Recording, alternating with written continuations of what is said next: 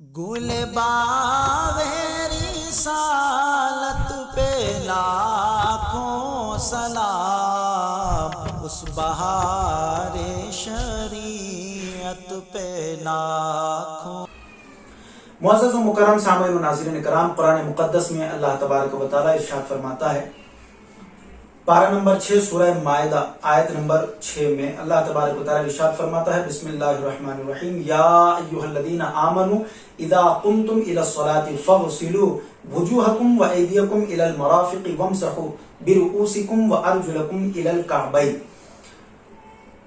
اس کا ترجمہ ہے، اے ایمان والو، جب تم نماز پڑھنے کا ارادہ کرو تو اپنے منہ اور کہنیوں تک ہاتھ کو دھو اور سروں کا مسح کرو اور ٹخنوں تک پاؤں دھو۔ اب یہ تو قرآن مقدس میں اللہ تبارک و تعالیٰ نے حکم ارشاد فرمایا۔ اب ہم حدیث مبارکہ کی طرف چلتے ہیں کہ وضو کی فضیلت کیا ہے۔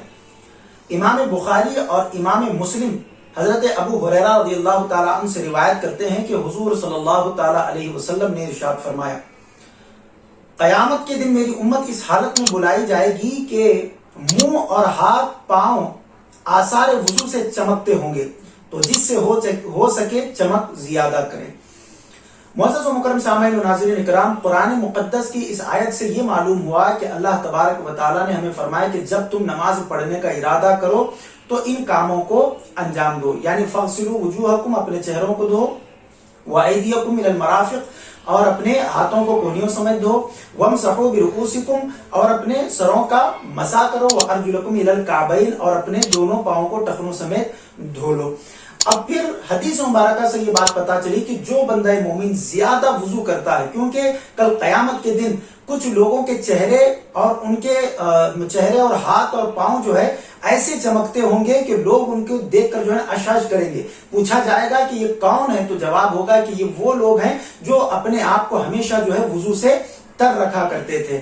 تو زیادہ وضو سے رہنا، ہمیشہ وضو سے رہنا، یہ بھی سنت رسول اللہ صلی اللہ تعالی علیہ وسلم ہے، مگر کم سے کم جب نماز پڑھنے کا ارادہ ہو تو تب تو جو ہے نا وضو لازمی ہے، وضو کرنا ضروری ہے۔ اب اور ایک حدیث مبارکہ کو سماعت فرما لیں، جس میں رسول اللہ صلی اللہ علیہ وسلم نے کیا ارشاد فرمایا۔ جامع ترمذی کی حدیث مبارکہ ہے، قال رسول اللہ صلی اللہ تعالی علیہ وسلم، مفتاح الجنت الصلاۃ و مفتاح الصلاۃ الوضوء۔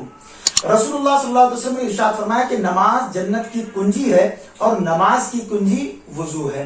جیسا کہ ہم عام طور پر بچوں کو یہ زبانی یاد کراتے ہیں مدرسوں میں اور مساجد وغیرہ میں، آپ دیکھتے ہیں کہ المفتاح الوضوء مفتاح الصلاۃ، یعنی وضو نماز کی کنجی ہے۔ جب وضو ہی صحیح نہیں ہوگا تو پھر ہماری نماز کیسے درست ہوگی؟